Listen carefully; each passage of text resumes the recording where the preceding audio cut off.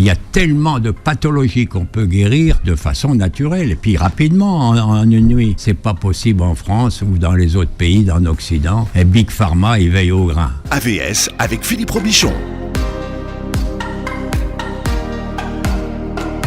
Alors AVS, c'est pour à votre santé naturelle, et c'est peut-être la première fois que vous allez entendre à l'heure du déjeuner le docteur Jean-Pierre Willem. Alors autant que je vous le présente. Bonjour Doc. Bonjour. Bon, vous savez que ça fait plaisir de vous voir. Vous avez passé de bonnes vacances? Ça a été, ça va, c'est pas terminé, parce que les vieux, on peut aller jusque septembre-octobre. Ça coûte moins cher quand on va en vacances. C'est tous les ans en vacances. Alors je vous présente docteur Willem. Vous êtes le plus beau vieillard de la création. C'est pas moi qui le dis, c'est vous. C'est pas possible. C'est Moi qui batte ma coule pour vous indiquer que je suis humble. Voilà. C'était une plaisanterie. I joke. I joke, monsieur Philippe Robichon. I joke. Je peux m'amuser. On est encore en vacances. Non, je suis d'accord avec ça. Ah bon, ben ça va alors. Bien. Vous êtes médecin et chirurgien et anthropologue de formation, expert en aromathérapie, fondateur de l'association humanitaire Les Médecins aux Pieds Nus. Vous êtes spécialiste des médecines naturelles et vous êtes l'un des pionniers de la réanimation en ville, à l'origine du SAMU que vous avez inventé en Algérie en 1961. Vous êtes également l'initiateur du concept d'ethnomédecine, qui est la synthèse entre la médecine occidentale et les thérapeutiques traditionnelles et naturelles des différents pays. Bon, vous êtes en train d'écrire vos mémoires, donc, parce que si je commence à raconter tout ce que vous avez fait, ça prendrait toute l'émission. Vous avez rencontré des sommités dans le monde de médical d'ailleurs, docteur. Vous avez rencontré notamment Raoul Follereau, vous avez été le dernier assistant du docteur Albert Schweitzer à Lambaréné. Vous avez connu Jean Valnet, qui est le fondateur de l'aromathérapie moderne, qui vous a donné pas mal de ses ordonnances d'ailleurs. Oui, exact. Parmi les livres que vous avez publiés, il y a 100 ordonnances naturelles pour 100 maladies courantes qui vient de sortir chez Guy Trédaniel, et puis un livre très utile, les troubles de la thyroïde aux éditions Dauphin. J'en parle parce que vous avez un coup de gueule contre les lévothyrox dont on parlera tout à l'heure. Bien. Et puis vous avez eu de nombreuses conquêtes dans votre vie, mais on a dit qu'on n'en parlerait pas dans cette émission. Peut-être de Sophia Loren ou pas. Qu'est-ce que c'est? Parce qu'il n'y a pas qu'Elisabeth Taylor dans votre vie. Qu'est-ce que c'est cette histoire-là? Comment est-ce que vous vous êtes refusé à Sophia Loren? Il faut quand même que je réponde, que je remplisse le vide. Bon, à un moment donné, vu mon âge, il y a 50 ans, il y avait une actrice vraiment qui débordait de beauté, etc. C'était Sophia Loren. Sophia Loren, tout le monde la connaissait, tout le monde... Bon, elle habitait au 213 Via Appia, j'allais dire à Londres, moi, à Rome. Bon, et alors, ils ont acheté c'était un triplex dans le 16e, et ils sont venus... À Paris, donc. À Paris. Ouais. Donc, elle est venue avec son mari... Ponti. Qui s'appelait Carlo Ponti, c'était un producteur italien. Ouais. Et puis alors, comme il cherchait quelqu'un pour garder les enfants, qui ait fait un peu de médecine, etc. Et moi, je revenais du Vietnam, pas de boulot et tout, bon, puis quand même rencontrer... on va y aller voir, quoi. Alors, je suis allé voir là-bas, bonjour, même taille que moi. Ah ouais, elle est grande? Ah, une belle plante, hein. Et alors, j'aurais fait une belle affaire pour danser quand même. Hein. On avait la même taille. Bon, enfin, peu importe. Je m'égare. Et alors, ils avaient 2 petits-enfants, Eduardo et je ne sais plus. Et Carlo Junior, je pense qu'il portait le nom du papa. Bon, alors, fallait pas. Comme il se déplaçait souvent, puis de temps en temps, il ne voulait pas prendre les enfants, il voulait quelqu'un de sérieux, type même un jeune médecin, etc. Bon, alors je dis oui, mais en quoi ça consiste? Ça consiste, vous gérez les 2 enfants pendant une semaine ou... Mais alors il faut leur donner à manger, etc. Oui, vous voulez gérer, puis ils sont malades et tout, vous nous appelez et compagnie. Bon, écoutez, j'ai dit je vais faire ça une semaine, et puis on verra. Bon, mais, les enfants, ils en avaient marre, après 3 omelettes de suite, je savais faire que ça à manger. Et puis les nouilles. Oh mon Dieu. Puis n'était pas bon, mais il y avait quand même le frigo qui était plein. Puis alors il dit non, je peux plus, il faut quand même que je trouve un travail, il faut quand même, j'ai fait des études. Et puis on s'est quittés, j'ai embrassé la belle, j'ai salué. En tout bien, tout honneur. Ah, hein. Oui, bien sûr. Oui, hein, oui. Non, un baiser chrétien. Hein. Ouais. Bon, alors, il aurait pu être d'une autre religion. Oui, non, mais c'était en tout bien, tout honneur. Ah oui. Et puis voilà une histoire. Mais vous avez une vie incroyable. J'adore votre vie. Bah oui, mais je sais pas, même moi. Sophia Loren, c'était une des plus belles femmes du monde. Ah, hein. c'était. Déjà qu'on vous a laissé dans la jungle avec Elizabeth Taylor, et maintenant on apprend que vous avez fait des omelettes et des pâtes aux enfants de Sophia Loren. Oui, mais ne me faites plus sortir de vedette, etc. Non, c'est la dernière. Non, j'ai dit que je m'arrêtais à Brigitte, et une fois qu'on aura fait Brigitte Bardot, après on passera à autre chose. Ben, je l'ai connue sous un parapluie alors qu'il pleuvait, mais je t'en dirai pas plus. Parce que peut-être qu'elle écoute où on va lui dire « Il y a Willem qui a parlé de toi Alors là, je suis embarqué dans une autre ça peut histoire. faire un chapitre de vos mémoires, ça. Oh non, mais allez, 3 lignes. 3 lignes. Bon. Bien. Alors, je vous ai demandé de partager avec nous, parce que c'est quelque chose que vos fans, les auditeurs de Beurre FM, vous demandent souvent, c'est de partager avec eux les trucs santé que vous avez appris, des sommités que vous avez croisées pendant toutes ces vies. Mais vous m'avez dit, avant ça, je voudrais pousser un coup de gueule contre le lévothyrox. Oui, alors, je reçois encore du courrier de gens qui emploient donc du lévothyrox, etc. Maintenant, je les mets à la poubelle. Pourquoi ? Ça fait 10 ans qu'on sait que ce médicament, de thyroxine, ne marche pas. Il est inefficace parce qu'il stimule l'hormone T4. Vous savez, quand on fait une analyse pour savoir l'état de votre thyroïde, on prend la STH, c'est-à-dire celle de la thyroïde, la TSH, pardon, qui est hypophysaire, et puis vous avez en périphérie les deux, là, la T3, T4. La T3 est active. Bon. Et puis on devrait faire en plus iodurie, c'est-à-dire le taux d'iode dans vos urines. Bon. Et alors, ce produit, c'est un remède chimique, eh bien, il ne stimule que la T4. Or, quand on vous prescrit donc lévothyrox, on est obligé de grimper la posologie, pour arriver à 200, on commence à 25, 200, etc. Et ça marche à peine, mais en plus ça cause des dégâts, puisque vous multipliez par, je ne sais pas, alors qu'il manque, c'est la T3 qui est active. Et pour que Donc ce que vous êtes en train de dire, c'est que c'est pas la T4 qu'il faudrait stimuler, c'est la T3 qui est active. D'accord. Et pour qu'elle soit active, il faut 6 cofacteurs pour qu'elle soit active, que la T4 soit active, si vous voulez. Mais il n'y est pas. Or, il existe dans la Thyrégule. Thyrégule, c'est un remède de laboratoire Fitinov. On ne prend que 2 gélules, ça convient exactement. Parce qu'il manque du molybdène, de la vitamine B, etc. Il manque 6 cofacteurs. Voilà tout simplement l'histoire. Alors, quand je vois encore... Et alors, c'est interdit depuis 3 ans. Là, une semaine, qu'est-ce que je vois dans la presse ? On a prolongé l'action de lévothyrox de 3 ans jusqu'à 24, alors que c'est interdit. Bon, il y a quand même 3 millions de consommateurs avec un produit qui ne marche pas, il faut le faire. Alors j'en ai ras-le-bol et maintenant je mets à la poubelle parce que j'en ai parlé ici, j'en parle partout. Je suis vraiment un radoteux, et ça ne me plaît pas. Alors, vous recevez énormément de courriers, beaucoup de gens qui veulent vous joindre. Alors, chacun y va de sa pathologie, parce qu'ils pensent que de toute façon, la médecine naturelle et les huiles essentielles, c'est miraculeux. Donc, les gens vous écrivent et vous disent, voilà, j'ai un cancer, voilà. Donc, vous râlez parce que les gens qui vous écrivent déjà ne mettent pas d'analyse, il y a pas d'éléments, il n'y a pas de dossier. Oui, les gens... Comme si c'était magique. Non, ils croient qu'ils sont très familiers avec moi, on croirait que j'ai fait leur service militaire avec eux, ils racontent leur vie. C'est parce qu'ils vous aiment bien, docteur Willem. Il me dire que son mari la trompe, etc. Il y en a plein, comme ça, je suis pas aumônier, moi, au psychologue, quoi. Bon, et moi, je fais ça donc bénévolement. Depuis 65 ans, je suis le seul médecin qui fait pas payer. Riche ou pauvre. Bon, non, mais c'est aussi quand même pour dire qu'on ne soigne pas le cancer forcément avec des huiles essentielles. Il ne faut pas mettre miraculeux. Il n'y a pas de miracle. Miraculeux, quand ça est efficace, on peut dire miraculeux. Mais enfin, c'est tout simplement, vous avez guéri. Mais ça ne fait pas tilt positif à chaque fois, c'est évident.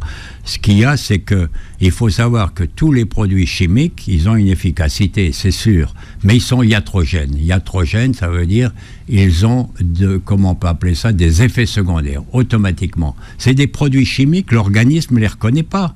Ils disent, qu'est-ce que c'est cette histoire-là? On n'a pas eu le temps. Il faut des millénaires pour préparer. Peut-être que dans 2-3 000 ans, vraiment, ils vont prendre du primpéran, etc., facilement, quoi. Mais pour l'instant, c'est iatrogène. Bon, qu'on en prenne 3 semaines, ça va. Mais quand vous voyez en psychiatrie que vous soignez les dépressions avec des produits, et vous avez des benzodiazépines, au bout de 3 ans, déjà, elles vous engagent au suicide. Il y a la moitié qui se suicide. Pourquoi? Parce que ces produits-là, ils désinhibent l'homme. Par exemple, d'abord, je vous rappelle les suicides, vous en avez beaucoup chez les paysans, vous en avez beaucoup chez les flics et vous en avez beaucoup chez les jeunes gens. Alors, pourquoi ils se suicident? Ils ne veulent pas suicider un paysan, il a quand même les pieds sur terre, etc. Tout simplement, on les met sous antidépressifs et ces produits, ils désinhibent le personnage. Qu'est-ce que ça veut dire, désinhiber? C'est-à-dire qu'on voit en réalité leur état de souffrance, qui est là, qui est révélé vraiment. Alors à partir de là, ils se flinguent, tout simplement. Ils sont désinhibés, faut le savoir. Et alors moi, personnellement, il y a 2 maladies que je n'aime pas soigner, comme beaucoup de médecins, mais les autres ne vont pas vous l'avouer, c'est la dépression et l'éthylisme. Alors la dépression, pourquoi? Parce que souvent, c'est un luxe. Je vais vous expliquer pourquoi. C'est un luxe. Vous avez des gens, ils calent, ils sont mal foutus, etc. On ne s'intéresse pas à eux, etc. Qu'est-ce qu'ils font? Ils tombent en dépression. Comme si les gens vont s'apitoyer sur eux. Alors, parce que j'ai des cas qui viennent me voir, je ne sais pas les soigner, mais je suis très brutal avec. J'ai dit, à midi, tu mets tes pieds sous la table, tu manges. Lui dit, il y a un frigo qui est plein, tu dors, tu as un lit, etc. Tu te plains de quoi? Ah, ça va pas, etc. Alors donc, tu es déprimé, tu es suivi depuis 3 ans, 4 ans par un psychiatre, etc. Mais finalement, tu peux t'en sortir. Parce qu'on ne va pas s'apitoyer, tu fais le vide. Alors, il y a 3 huiles essentielles, docteur Willem, que vous proposez ou conseillez pour la dépression. C'est vraiment de la haute qualité, parce qu'il y a d'autres produits, évidemment, contre la dépression. Alors, vous avez la pruche du Canada. C'est quoi la pruche? La pruche, c'est une huile essentielle qu'on appelle la pruche ou tsuga, bon, peu importe, au Canada, parce que j'allais donner des cours de naturopathie au Canada, donc je connaissais ceux qui fabriquent, et il y en avait un qui m'a expliqué, j'ai dit, il faut les faire venir en Occident, ça remonte à 30 ans, ça vient d'arriver maintenant. Tout le monde se précipite dessus, on n'en trouve plus. C'est une plante, d'abord c'est une huile essentielle pour les soins palliatifs. Parce que quand il y a une angoisse avant de mourir, etc., les gens redoutent le passage. Et dans les soins palliatifs, c'est important. Vous lui donnez, il attend la mort. Il est miraculeusement, cette plante, mais on ne va pas attendre en soins pour le palliatif. Si ça a cette action, ça l'a pour être vraiment, pour être en euphorie, etc. Alors vous en mettez, je le répète une fois, vous pouvez en mettre en cutané, vous pouvez en mettre en huile essentielle, il ne faut pas dépasser 4 gouttes. Voilà, avec le plaisir d'avoir le docteur Jean-Pierre Willem qui est avec nous aujourd'hui. Alors heureusement maintenant, même les pauses publicitaires sont filmées, ce qui évite au docteur Willem de me raconter des bêtises pendant la pub. Et je garde tout, docteur Willem, je mettrai tout dans vos mémoires. Tout. Je dirai tout. J'ai un devoir de vérité. On parlait des huiles essentielles à utiliser en cas de dépression. Vous nous avez parlé de la pruche du Canada, docteur Willem. Il y en a 2 autres. Alors oui, il y en a 2 autres. Vous avez l'encens. L'encens, vous savez, l'encens que dans les églises, etc. L'encens qu'on appelle aussi au Liban. C'est la même histoire. Alors c'est pareil, ça a une action positive. Il y a une joie de vivre, il y a une sérénité. On croirait que vous absorbez de la sérotonine. C'est l'euphorie. Pareil, donc on peut en mettre là sur tout simplement 2 gouttes sur les poignets. Vous pouvez en mettre sur le sternum ou le plexus cardiaque, comme on dit. Vous pouvez en mettre sous la plante des pieds. Et vous pouvez mettre 2 gouttes sur une mie de pain, 2-3 fois par jour. Vous voyez, c'est à vous à moduler suivant l'efficacité que vous attendez, quoi. Alors donc, il y a l'encens. Ça coûte pas cher, et c'est connu, en principe, c'est pour le parfum. Et alors, le 3e que tout le monde connaît, c'est le néroli. Le néroli, c'est l'oranger. L'oranger. Et pourquoi on l'appelle néroli ? Tout simplement, c'est une princesse qui s'appelait Nérola au XVIIe siècle. Elle en mettait dans ses gants pour attirer les jeunes gens. Bon, enfin, peu importe, c'est pour la petite histoire. Et alors, le néroli, vous en mettez 3 gouttes sur le sternum et ça a la même efficacité que le Prozac. On l'a évalué, il était évalué entre les deux. Donc, vous voyez, le néroli, l'huile essentielle de néroli, eh bien, donc il y en a, mais il y en a d'autres, mais ça c'est celle qui immerge les autres. Alors docteur Willem, c'est peut-être parce que j'ai l'âge, mais je vous ai demandé des conseils santé pour la prostate et des conseils naturels. Ah bon, alors la prostate. Alors quand je vois que les gens ont une hypertrophie de la prostate, il faut déjà essayer de la faire diminuer. Ça, il y a plein d'huiles essentielles, pas des huiles essentielles, mais vous avez des plantes qui sont connues. Déjà la courge, ça vous devez déjà connaître les pépins de courge qui se vendent chez Naturalia, etc. Ou même vous pouvez les décortiquer. Mais enfin ça existe maintenant en liquide. Vous avez le prunier d'Afrique qu'on appelle le Pygeum africanum. Il est bon aussi. C'est sous quelle forme ça ? Ah ben c'est des plantes, hein. C'est des plantes. Vous avez le palmier. Alors c'est le Sabal cerulata. Hein. Et puis il y a plein de labos. C'est surtout le laboratoire Fenioux. Hein. Vous regardez à Fenioux, il les a tous. Hein. Il y a Curbiprosta, Litopygeum africanum. Et vous avez un autre produit qui vient de sortir qui est vraiment qui vous décongestionne votre quand vous avez une prostate qui fait 100 grammes, évidemment, puisqu'elle est gonflée, elle bloque, il y a une dysurie automatiquement, donc on le décongestionne. Et alors c'est le Prozazinc, de chez au laboratoire Fenioux. Je rappelle, Fenioux, il est assez connu, et vous avez une boutique de Fenioux, c'est 11 rue d'Aru, dans le 8e, peu importe. Alors, le tout, c'est que les gens, des fois, on leur fait faire une carotte, c'est-à-dire des prélèvements, donc par voie intraveineuse, etc., etc. Mais alors là, vous avez les mêmes conséquences que si on avait retiré la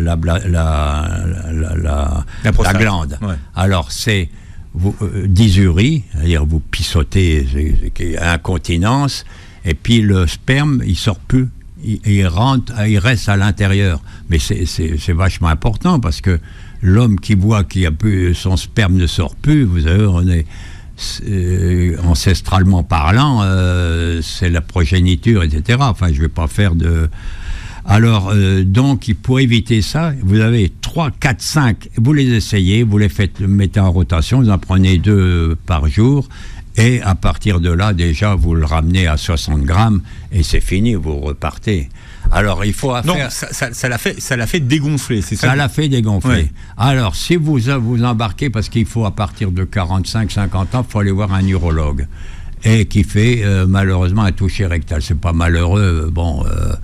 Enfin, ils le font de moins en moins, hein, les urologues. Ils ont tort. Ils ont tort parce qu'on voit tout au bout du doigt. Hein. C'est le meilleur des diagnostics. Et on fait le taux de PSA. Quoi. C'est l'hormone de la prostate. Quoi. Et alors... C'est qu'on dose le... Oui, on a le taux. On voit déjà si ça dépasse 4.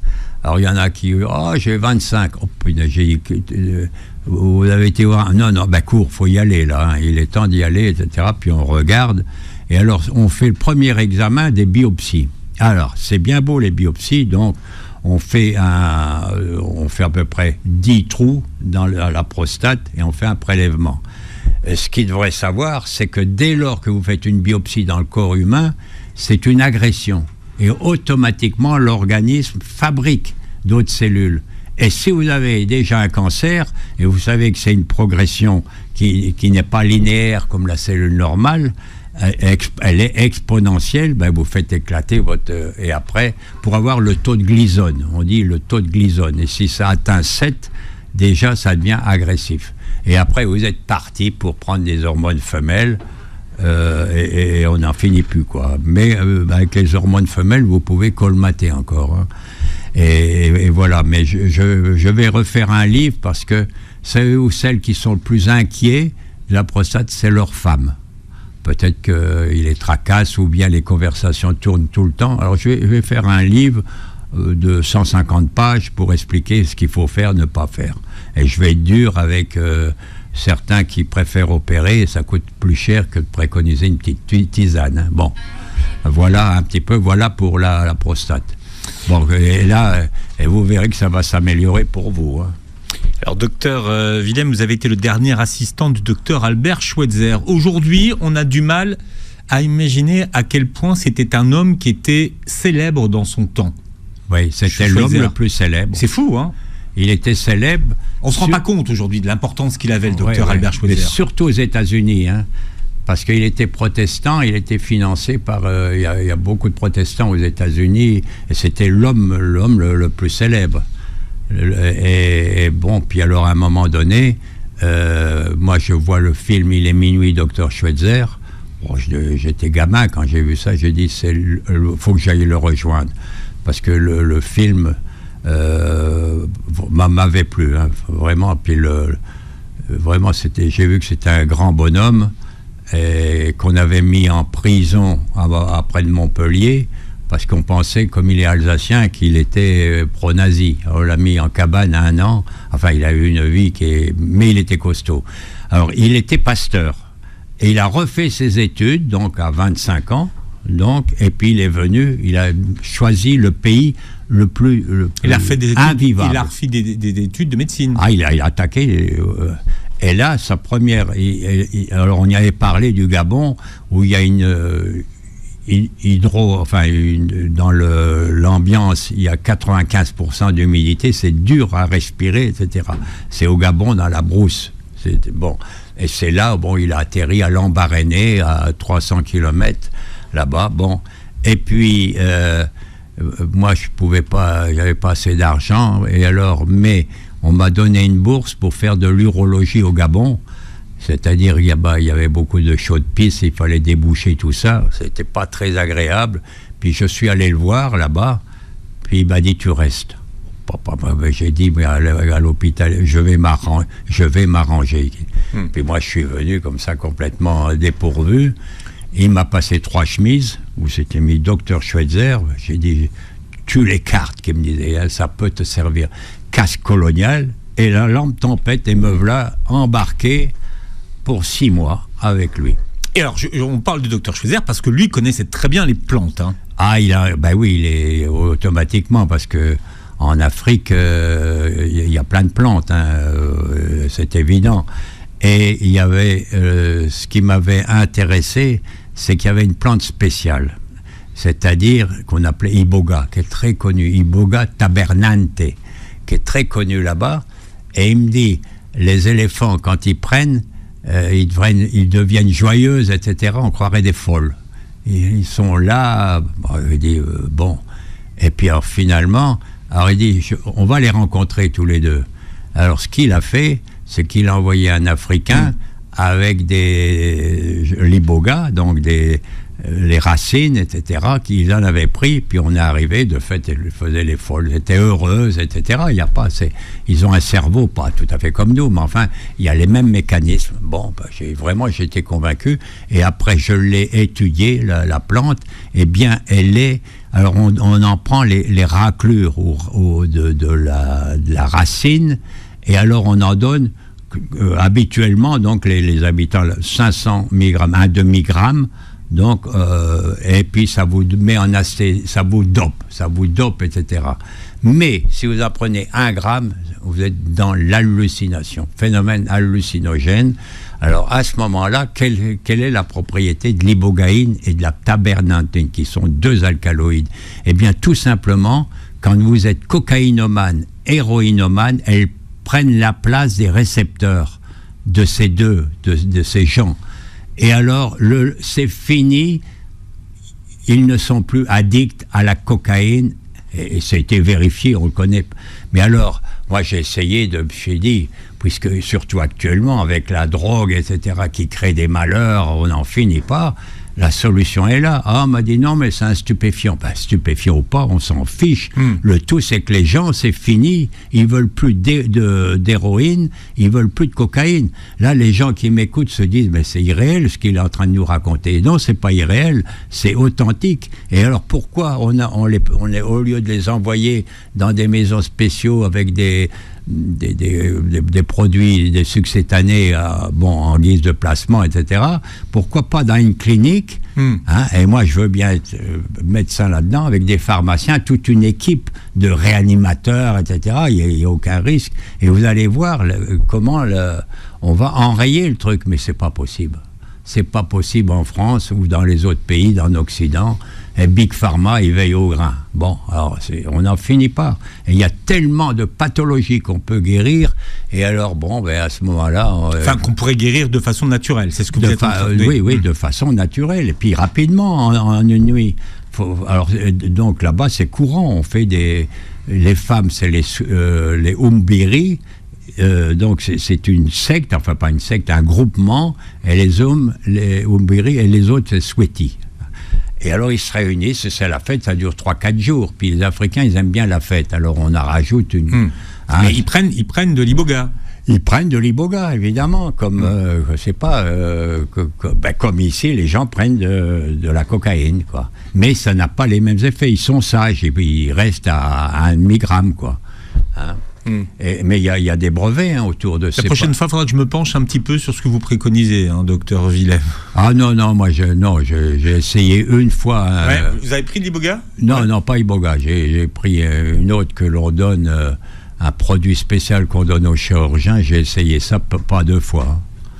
J'ai été aliéné pendant 5 heures, le temps que j'ai pris ce truc-là. J'ai fait une raie comme tout le monde, vous voyez. La dernière fois, c'était épouvantable. Docteur Jean-Pierre Willem est avec nous. Alors, je rappelle que vous avez écrit, Doc, 100 ordonnances naturelles pour 100 maladies courantes aux éditions Très Daniel, c'est un de vos best-sellers. On va parler un petit peu de libido qu'on peut prendre en charge grâce aux plantes. Ok. Bon, est-ce que vous connaissez le sildenafil ? Le sildenafil. Alors moi, j'ai arrêté d'en prendre pour des tas de raisons.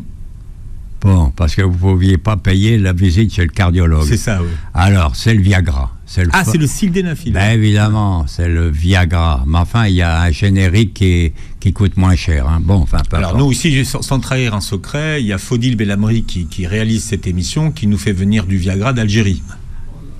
Ah bon, avec un prix discount. Alors, c'est super discount. Alors ça, je vous dirai les prix, c'est très discount.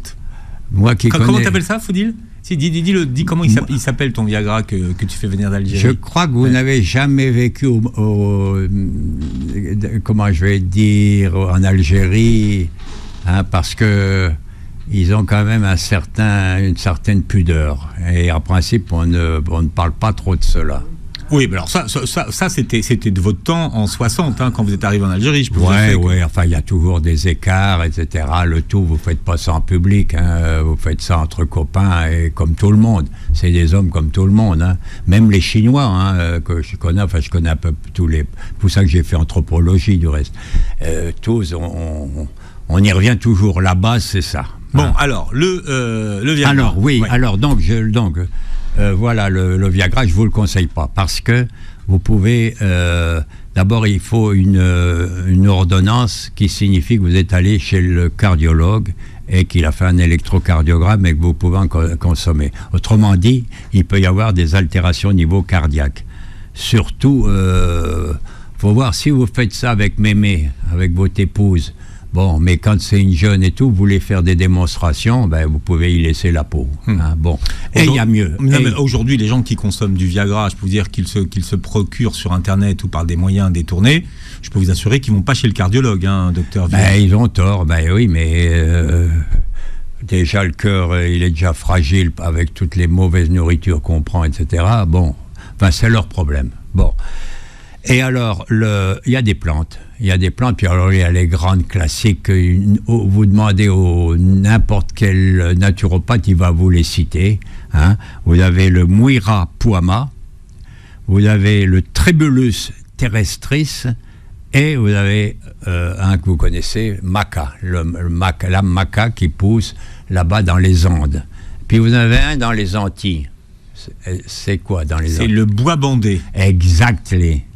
Ah, ben vous avez une certaine culture, hein. C'est bien. Alors le bois bandé, mais il fait bander. J'ai fait quelques émissions sur le sujet et en fait, comme vous l'avez remarqué tout à fait tout à l'heure, mon cerveau est très sélectif, docteur Willem, donc je retiens les choses utiles.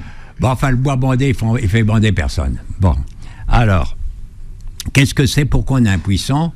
Ça peut être des problèmes psychosomatiques, parce que c'est quand même un acte acrobatique, hein. Il faut vraiment... bon, quand c'est avec votre femme...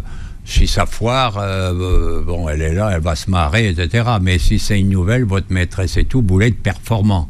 Et c'est là, au niveau psychosomatique, où vous voulez être performant, que tout s'écroule. Alors, on a l'air vraiment couillon. Hein.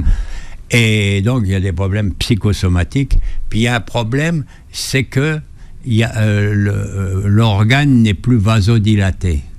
Il y a un problème de vasodilatation. Donc, il faudrait prendre des produits vasodilatateurs, à telle enseigne que ceux qui sont complètement impuissants, on leur injecte, ils s'injectent eux-mêmes. C'est quand même c'est quand même un acte intime, etc. Je vois pas, bon. Et voilà l'histoire. Mais vous avez aussi la gémothérapie, c'est-à-dire les bourgeons. Vous avez le prunier. Le prunier... par contre, je me demande si c'est pas macéré dans l'alcool, la gémothérapie. Si. Oui, non, je dis ça pour ceux qui... teinture mère. Je dis pour ceux qui prennent pas d'alcool. Hein. Alors, vous avez l'amandier qu'on appelle le Prunus amygdalus, qu'on prend en bourgeon macérat glycériné. En principe, on donne 2 fois 40 gouttes. On achète ça sous forme de flacon de 125. Et vous avez aussi le séquoia. Alors là, c'est comme la loi des signatures dont je ne vous ai pas parlé. Le séquoia, c'est un grand arbre vraiment vigoureux qui pointe et qui atteint 2-3 000 ans, qui pointe à 120. Et c'est ces pauvres séquoias qui ont cramé à l'incendie de Californie. Ils n'ont même pas été capables de protéger les séquoias. Donc, macérat de séquoia pour avoir une vigueur générale, quoi. Bon. Alors, vous avez un labo qui fait le T-norme. Alors, vous savez qu'on ne peut pas donner un nom qui évoque telle pathologie. Normalement, c'était testo-norme. Donc, on a mis T-norme au laboratoire Anne Biotech. Alors, vous en prenez en pipette, 2 pipettes. Et 3 semaines après, l'effet est là, au garde à vous. 3 semaines après. Bon, T-norme. Surtout après les 2 pipettes. Après les 2, bien sûr, mais bien sûr. Et alors, vous avez aussi le laboratoire Fennew, lui, c'est libido évolution. Bon, ça marche. Ça marche, pas de problème. Et alors, évidemment, comme vous m'avez mis que j'étais spécialiste des huiles essentielles, à chaque fois, là où je vais, tu n'aurais pas des petites huiles essentielles, je vous en ai quand même trouvé. Hein. Vous avez la cannelle. La cannelle. Qui est vraiment bon. On en met, j'en ai mis, tiens, hier dans mon dessert, cannelle, je ne sais plus pourquoi. Il y a le gingembre. Et puis vous avez le bois de siam. Tout ça en huile essentielle. Hein. Ouais. En huile essentielle, voilà donc. Et puis alors, pour ceux vraiment qui ont des gros problèmes, parce que tout s'effondre quand vous n'avez plus de cartouches, tout s'effondre. Alors je vous renvoie toujours dans mon livre, dans les 100 ordonnances naturelles pour les 100 maladies. Et vous avez tout dans le chapitre. Il y a un chapitre. Troubles de l'érection. Voilà. Bien, on va parler des troubles du sommeil. Sans transition aucune, et c'est des questions qui reviennent souvent, que les auditeurs nous posent souvent, docteur Willem. Très compliqué quand on n'arrive pas à s'endormir ou qu'on se réveille en pleine nuit. Je pense que ceux qui ont un sommeil de qualité ne savent pas à quel point ils sont heureux de pouvoir dormir. Ça, c'est exact. Alors que le sommeil, c'est incontournable. Si vous n'avez pas le sommeil, pourquoi ? Un bon sommeil, vous savez qu'il y a plusieurs longueurs d'onde suivant la phase paradoxale avec les rêves, etc. Bon, mais si je veux simplifier, résumer, ça vous répare vos synapses. Synapses. C'est quoi les synapses Synapses, c'est les communications des neurones. Donc vous avez les tiges qu'on appelle les neurones, et puis vous avez des dendrites. Et alors ça fleurit, ça fait passer le message, si vous voulez. Donc ça les répare avec les neurones. Bon, parce que souvent, il y a un brouillard mental. Pour ceux qui ont du mal à dormir, je dis brouillard, c'est une métaphore que je prends, et ça remet de l'ordre. Et alors on dit classiquement, par exemple, quand on était écolier, on coinçait sur une formule et on n'arrivait pas à résoudre. Et le lendemain, elle était résolue. Vous avez déjà entendu cette histoire-là, que tout s'éclaire pendant la nuit. Dès lors qu'il y a un bon sommeil. Alors, le bon produit actuel que l'on connaît maintenant, c'est la mélatonine. La mélatonine, donc 5 gouttes. Il faut pas dépasser 2 nanogrammes. Bon, mais ce qu'on ne vous dit pas, pourquoi ils insistent? Parce que si vous prenez 10, c'est un antalgique du niveau de l'opium. Mais je vous le dis quand même, presque de la morphine. C'est un gros antalgique. Je ne vois pas pourquoi vous ne pourriez pas en profiter comme tout le monde. Donc la mélatonine. Mais la mélatonine, c'est l'hormone du sommeil. C'est l'hormone du sommeil. Mais oui, mais... donc l'industrie pharmaceutique, il faut quand même donner qu'est-ce que ça soigne, quoi. Hein. Alors donc c'est quand même intéressant à connaître. Puis alors vous avez actuellement toutes les pharmacies, pas les pharmacies, les labos, ils mettent du CBD. Vous connaissez un peu le CBD? Le CBD, oui. Hein, c'est à la mode, donc on en met 4 gouttes, 2 fois 4 gouttes sous la langue. Déjà, ça vous relaxe. Et vous avez carrément des plantes, des compléments alimentaires comme Endormil, etc., dans lesquels vous retrouvez la mélatonine. Voilà, grosso modo. Alors, vous avez aussi, ça doit être chez Fenjou, Morphea.